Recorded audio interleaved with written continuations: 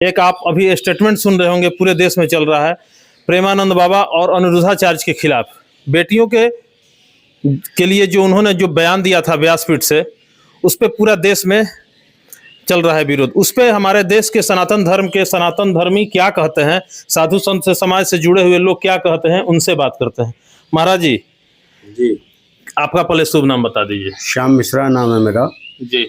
तो महाराज जी, अभी अनिरुद्धाचार्य ने बताया था, एक स्टेटमेंट बोला था कि लड़कियों का समय 14 साल पे ही शादी होना चाहिए, और उसके बाद बोला था उन्होंने कि जो है लड़कियों को मर्यादित रहना चाहिए। इस तरह का कुछ उनका स्टेटमेंट चल रहा है पूरे देश में, न्यूज चैनल पे, और पूरे देश की महिलाएं उनका विरोध कर रही हैं। उसके बाद प्रेमानंद जी ने भी कुछ बोला। उन्होंने बोला लड़कियों के लिए कि लड़कियां 4 बॉयफ्रेंड रखती हैं तो पति के साथ कैसे रह सकती हैं, उनको रहने में दिक्कत होगी। तो आप इस उनके स्टेटमेंट को कैसे देखते हैं? मेरा तो देखिए, सबसे पहले कथन ये है कि लड़की एक लड़की नहीं है, देश की सबसे बड़ी प्रथम नागरिकता और प्रथम चीज मानी गई है, क्योंकि वो लड़की से फिर किशोरी बनेगी, किसी की बहन बनती है, फिर वो माँ भी बनती है, संसार जननी बनती है, फिर वो किसी की बहू बनती, बेटी बनती, इस प्रकार से कई मतलब उसके रिश्ते हैं।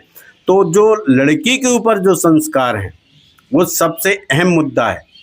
तो लड़की अगर मर्यादित, अगर वो बचपन से ही अगर चलेगी तो आगे जाके अपने संतान को, अपने बाल बच्चों को, अपने आने वाली परिवार को, फिर एक ही परिवार नहीं, उसके साथ में कई 2 परिवार जहाँ शादी करके जाएगी वो, प्लस जिसमें जहाँ जन्म ली है वो, दोनों परिवार की जो मतलब कुल मर्यादा जो है उस लड़की के ऊपर होता है। इसलिए लड़की मतलब एक छोटी सी बात नहीं है।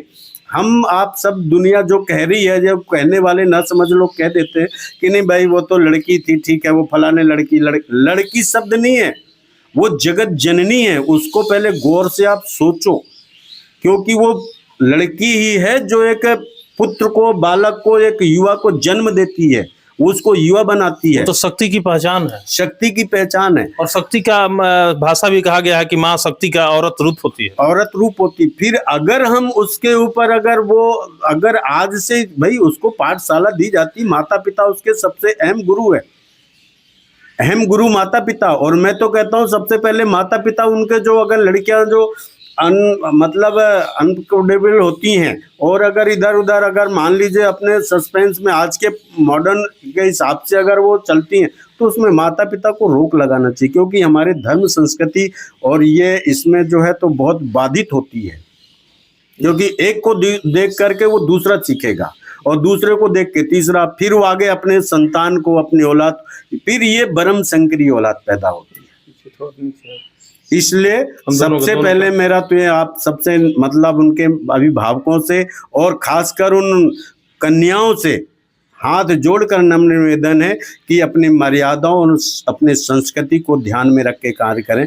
कोई भी ऐसा नरगल कदम ना उठाएं। और माता बहनें जो भी ऐसा मतलब वो उठा रही हैं प्रश्न कि हमारे आचार्य श्री अनिरुद्धाचार्य जी ने अथवा प्रेमानंद जी महाराज जी ने, ये तो बहुत राष्ट्रीय संत हैं, ये कहाँ किससे कैसे गलत कह सकते हैं? ये तो देश के भविष्य के, और अगर थोड़ा बहुत अगर इसमें कुछ है भी। और उन्होंने अनिरुद्धाचार्य ने माफी भी मांगी इसके लिए कि अगर मुझसे मेरी बातों से अगर कुछ लगा होगा, दुख पहुंचा होगा, तो मैं माफी मांगता हूं।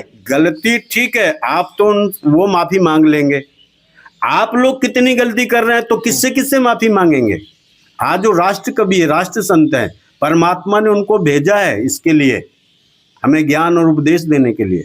फिर अगर वो चीज अगर हम उनसे माफी मंगवाएं अपने तो संस्कृति से, तो हमारा तो धर्म ही खत्म हो रहा है ना, हमारा तो मान सम्मान सब कुछ जा रहा है। महाराज जी, अभिव्यक्ति की आज़ादी की बात होती है, और लड़कियां कहती हैं, आजकल की जो है टॉप लेवल की मॉडल है, जिसको फिल्मी दुनिया का कहा जाता है, जो कि कह रही हैं कि लड़कियों को तो बिकनी भी पहन के घूमने का अधिकार है। इस पे तुम बिकनी पहन के मैं अगर बिकनी चाहूँ पहन के तो घूमूंगी, और जो है मुझे बोलने का किसी को अधिकार नहीं है, मेरा संविधान अधिकार देता है। तो इस तरह का वस्त्र पहनना कहाँ तक उचित है? नहीं, देखिए, संविधान अधिकार नहीं देता, और संविधान ये भी कहाँ कहता है कि तुम बिकनी पहन के घूमो या अननेसेसरी जगह पे जाओ या कुछ गलत करो। या अपन यहाँ वहाँ, अरे भाई संविधान ये भी तो कहता, तो संविधान के आधार पे फिर चलो, तो फिर पूरा ही चलो। छोटी सी बात अपने एक पॉइंट को लेके क्यों चल रहे हो? और एक जी जी जी है तो इसलिए कोई भी कदम उठाने से पहले 10 बार सोचो कि धरती आकाश सभी तुम में समाया हुआ है और तुमको उसकी रक्षा करनी है, तो कैसे करोगे? मैं आपसे उन लड़कियों से मैं पूछता हूँ, उन कन्याओं से पूछता हूँ कि चलिए आपके ऊपर मैंने देश का जवाबदारी, एक जिम्मेदारी सौंपी है कि देश को कैसे उसको, तो आप उसको कैसे कंट्रोल करोगे? बोलो, संसार को कैसे समझाओगे, कैसे कंट्रोल करोगे? आपके पास पावर है, शक्ति है। महिलाएं कह रही हैं कि बाल विवाह को प्रेरित कर रहे हैं अनिरुद्धाचार्य जी। हमारे राजा राम मोहन राय हुए, वो जो है विवाह का जो है बाल विवाह का उन्मूलन किए बहुत साल पहले लड़ करके, और कह रहे हैं कि 14 साल में लड़कियों की शादी होना चाहिए। अनिरुद्धाचार्य जी कह रहे हैं, तो इस पे भी बवाल पूरे देश में चल रहा है। देखिए शादी ठीक है, 14 से चलिए, पहले 18 वर्ष में होती थी। पहले जो था कि भाई पहले तो बचपन में, बालेपन में, यहाँ तक कि पेट में ही सगाई हो जाती थी, लेकिन वो जमाना सत्य का था, वो जमाना सत्य में था और सब चीज उसमें थी, और वो एक दूसरे के संबंध में रहते थे और मानते थे एक दूसरे की बात। पर मतलब किसी का कह रही हैं महिलाएं देश की जो तथाकथित मॉडल हैं, जो कि जो धर्म को नहीं मानती हैं, सनातन को नहीं मानती हैं, और भगवान ये जो है जो अनिरुद्धाचार्य हैं, प्रेमानंद जी को कह रहे हैं कि इतना गंदा ये लोग शब्द बोलते हैं कि ऐसे लोगों को फांसी देनी चाहिए। गलत गलत, वो इन चीजों में हम तो समर्थन नहीं करेंगे। हम नहीं, हाँ ठीक है, हम बोलते हैं कि भाई चलो ठीक है 18 वर्ष में लड़की का शादी होना चाहिए, चलो ठीक है, वो भी इसके बाद अब तुम ही नहीं कर पा रहे हो ना, उनके माता पिता ही कहाँ कर पा रहे हैं कि 14 साल में या 15 साल में शादी कर दें। वो तो उसको पढ़ाएंगे लिखाएंगे, इसके बाद उसमें टॉप में पहुंचाएंगे, इसके बाद फिर कुछ दिन रखेंगे, इसके बाद फिर उसकी कमाई करेगी, फिर वो खाएंगे, वो भी तो सब होता है ना। वो क्यों नहीं सोच रहे महाराज? भाई?